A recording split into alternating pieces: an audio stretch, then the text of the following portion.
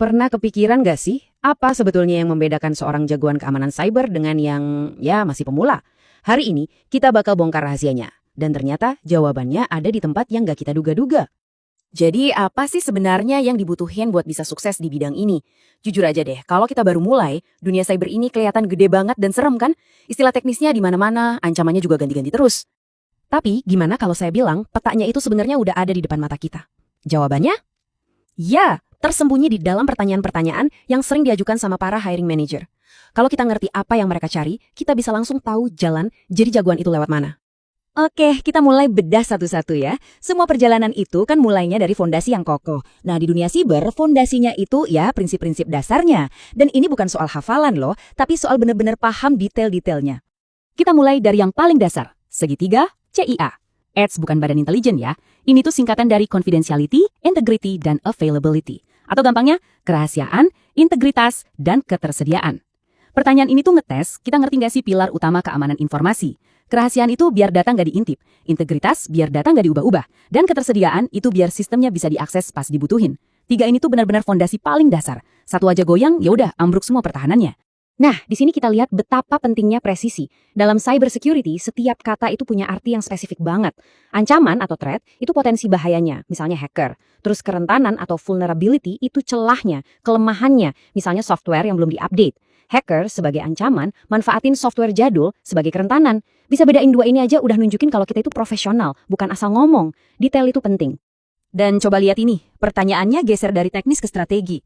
Kebijakan keamanan atau security policy itu apa sih? Gampangnya, ini buku panduan buat satu perusahaan tentang cara mereka ngelindungin aset digitalnya. Ini bukti kalau keamanan siber itu bukan cuma soal pasang antivirus atau firewall, tapi juga soal aturan, soal prosedur. Inilah tulang punggung pertahanan yang sebenarnya. Oke, dari fondasi, sekarang kita lompat ke medan perang zaman sekarang, cloud dan aplikasi. Hampir semua serangan siber modern itu kejadiannya di sini.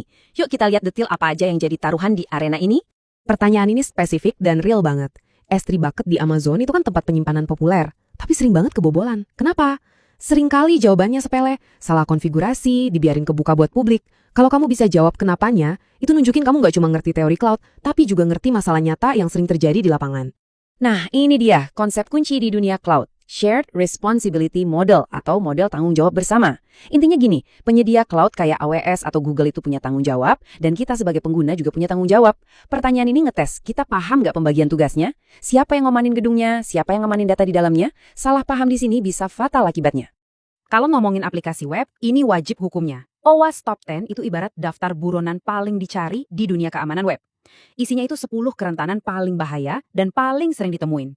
Tahu dan paham daftar ini tuh udah kayak tiket masuk buat siapa aja yang serius mau ngurusin keamanan aplikasi. Pertanyaan ini membuka wawasan kita. Keamanan itu nggak cuma soal ngurusin rumah kita sendiri. Serangan rantai pasokan atau supply chain attack itu nyerangnya lewat tetangga, lewat vendor atau partner kita yang mungkin keamanannya lebih lemah.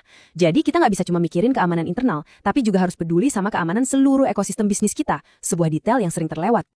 Oke, cukup soal medannya, sekarang kita bahas senjatanya.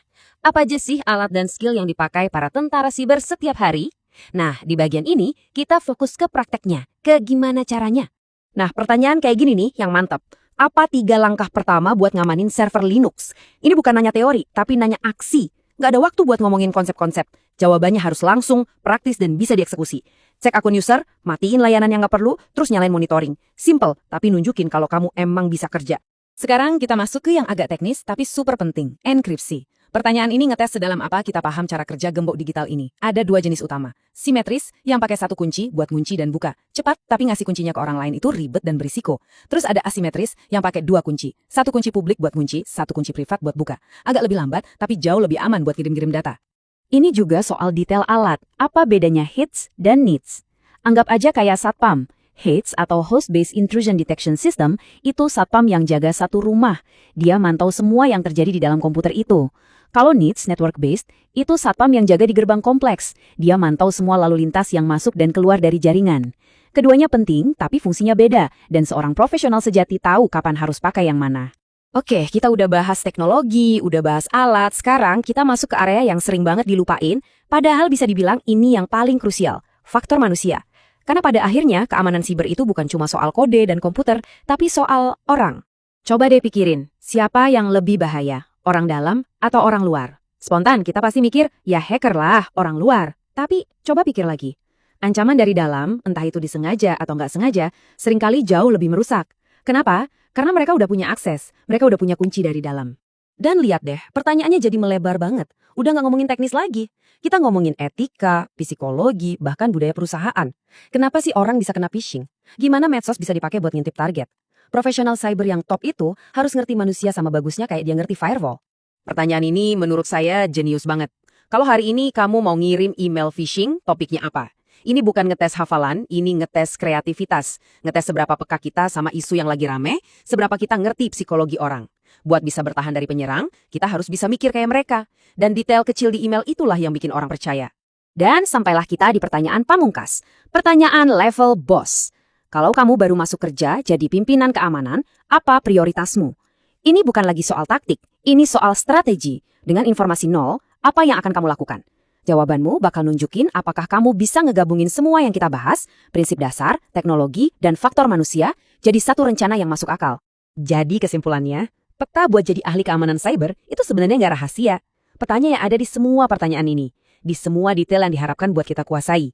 Perjalanannya adalah soal menguasai setiap bagian, dari fondasi teknis sampai ke seluk-beluk psikologi manusia. Jadi pertanyaannya bukan lagi apa yang harus saya pelajari, tapi oke, detail mana lagi nih yang harus saya kuasai sekarang?